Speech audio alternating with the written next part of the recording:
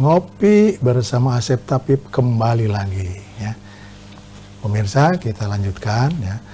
Kita ini manusia diciptakan oleh Allah sebagai khalifah dan tugasnya juga beribadah. Kemudian berarti dengan demikian kita memiliki tanggung jawab kepada lingkungan kita. Nah, apa sih tanggung jawab kita itu menurut syariat?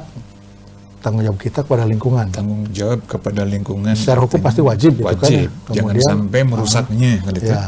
Jangan sampai merusaknya. Kemudian harus ada ikhtiar dari kita untuk menjaga melalui tadi kan, peduli lingkungan, peduli lingkungan dengan bersih-bersih lingkungan.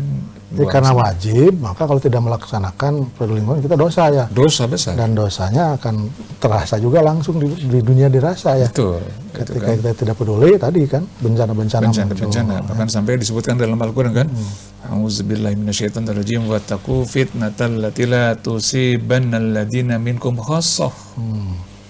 Itu yang menggergajinya bisa jadi bukan orang Bandung. Nah, betul. Tapi yang kenanya orang Bandung. Karena kenapa? Bisa mengizinkan. Ah, betul. Mengizinkan. Itu. Atau bahkan orang luar juga, orang Jakarta sebagai kementerian. Bisa jadi demikian kan itu. Maka orang yang soleh sekalipun, orang yang peduli lingkungan sekalipun, kalau tidak bersama-sama pedulinya itu bisa terkena juga. Wattaqu fitnatal la tusibannal ladzina minkum khassah. Adalah kalian takut terhadap musibah yang terjadi tidak hanya akan menimpa orang yang berbuat saja gitu. Kalau sudah alam kan misalnya banjir, kampung itu semuanya mau ulama mau pencoleng yang ada di kampung itu kena banjir. Kena banjir semua. Iya ya. Cuma nanti kenanya kalau buat pencoleng itu siksaan ya. Siksaan bagi orang yang bagi ulama mah menjadi bagian dari ujian gitu. Bisa jadi kan irfa darajat, mengangkat derajatnya. Iya, karena kan kalau kematian oleh air, oleh timpa bumi dan benda-benda besar itu termasuk syahid. Ya. Termasuk syahid bagi orang yang beriman. Yang tidak beriman mah azab gitu. Bukan syahid ya. Betul. Luar biasa. Tidak semua. Iya kayak tidur di orang bulan puasa itu kan tidur ibadah katanya. Betul. Kalau yang orang biasa puasa. Kalau yang puasa beriman. Kalau yang tidak puasa namanya bukan ibadah itu, malas namanya ya. Oke. Jadi memang peduli lingkungan itu sebagai tanggung jawab, menjadi kewajiban. Gitu ya. Dan kenapa? Karena akibatnya tidak hanya menimpa generasi itu saja, Pak Asep. Menimpa generasi berikutnya, menimpa generasi anak-anak kita. Itu kan bahkan cucu kita, cicit-cicit kita. Ketika sudah ditebang kan 20 tahun baru tumbuh. Itu juga kalau ditanam lagi. Kalau tidak ditanam, tidak tumbuh-tumbuh. Ya. Itu kan sehingga anak-anak kita nanti bisa jadi disebut dengan kehilangan sumber mata air. Iya. Itu krisis air, krisis lingkungan. Dan tadi kan krisis yang disebut dengan udara bersih. Makanya alam atau hutan itu bukan warisan katanya, tapi titipan anak cucu. Betul. Yang harus kita jaga kalau titipannya. Kalau warisan mau diwariskan aja, biarin aja. Diwariskan nanti sesana. Jadi kalau titipan harus kita jaga. Sehingga ketika anak kita menerima itu dengan masih baik. Baik. Sejujurnya bahkan harus lebih baik. Harus lebih baik kan. Bahkan tadi itu kan tanamlah kalau mau meninggal besok. Betul. Artinya kan ketika kita tanam sekarang, besok kan belum tentu tumbuh besar. Betul. Mungkin 10 tahun lagi, 11 tahun lagi yang menikmati cucunya. Gitu. Iya. Gitu. Dia itu sudah meninggal. Itu terkait dengan dengan keharusan kita tanggung jawab lingkungan. Jangan sampai kita menjadi pribadi muslim yang boleh jadi mungkin secara individual kita soleh, gitu kan itu, tetapi secara lingkungan kita tidak peduli. Gitu kan. Sholatnya rajin nih, rajin sholatnya, saumnya rajin, alhamdulillah.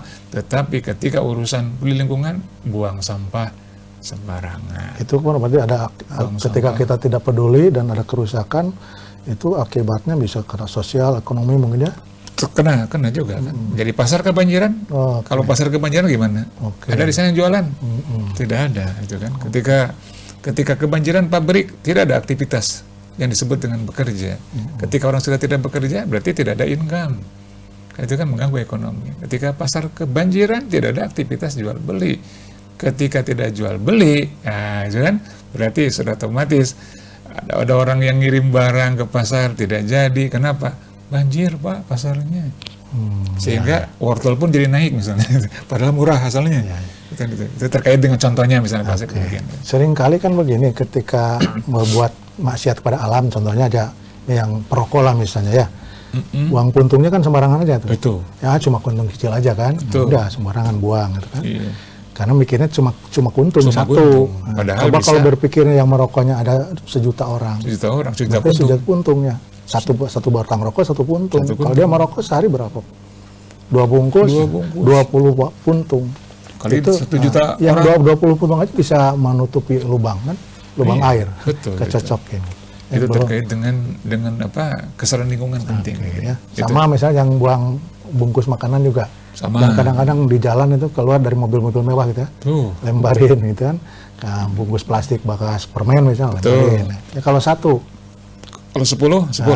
Kalau 1000. Nah, 10.000. Makanya jalan kenapa jadi salurannya mampet gitu kan. Karena itu yang tidak sadar tuh.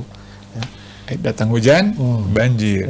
Yang kebanjiran siapa? Semuanya. Nah, bukan yang buang sampah kan? Iya. Yang buang sampahnya orang mana? Nah, jadi akibat itu perbuatan dosa 1 orang itu bisa kena kepada banyak orang. Itu kan sudah jariah dosa sangat dasar. Ya itu tadi yang menanam, yang membabat hutan itu. Iya. Kan? Itu. Nah, hutan yang manfaatnya untuk dirinya sendiri. Betul. Dosa dia membabat hutan tanpa menanam. Tapi ketika banjir, semuanya terkena. Dampaknya kan dampak ekonomi, dampak sosial, kemudian dampak lingkungan, itu banyak, kan semua dampak ada. Dampaknya Ipolexos budhan kam, termasuk psikologi kan, terganggu jiwa juga ya. Bayangkan yang kehilangan anak istri, kehilangan anaknya, sebab kebanjiran, sebab longsor. Sekarang seperti apa mereka ya? Itu nampaknya juga sudah selesai ini episode ini. Ada kata penutup tentang bagaimana peduli pada lingkungan. Iya, pemirsa PJTV yang saya hormati, rahimakumullah, bahwa intinya bahwa Islam itu tidak hanya mengajarkan terkait dengan ibadah hablum minallah saja, juga tidak hanya hablum minanas, tapi juga hablum minal alam, Pak. Hablum minal alam penting juga itu. Jadi jangan sampai kita menjadi orang yang baik dengan Allah, dengan salat kita, dengan ritual ibadah kita, alhamdulillah. Tentunya juga jangan sampai kita tidak care, tidak peduli dengan lingkungan. Maka masing-masing kita minimal atuh bahasa Sunda minimal atuh gitu ya, di keluarga kita menyapu, kemudian pilah-pilah sampah. Jangan sampai sampah itu dibuang sembarangan. Kita harus punya tong sampah organik, anorganik, insya Allah, supaya mudah untuk dipilah-pilah. Itu kan dipilah-pilah terkait dengan itu. Terima kasih. Ya, luar biasa ya. Wajib memelihara lingkungan itu karena itu perintah sebagai khalifah. Anak raja makan sirih di atas nampan. Sekian saja, terima kasih. Apabila yang salah mohon dimaafkan.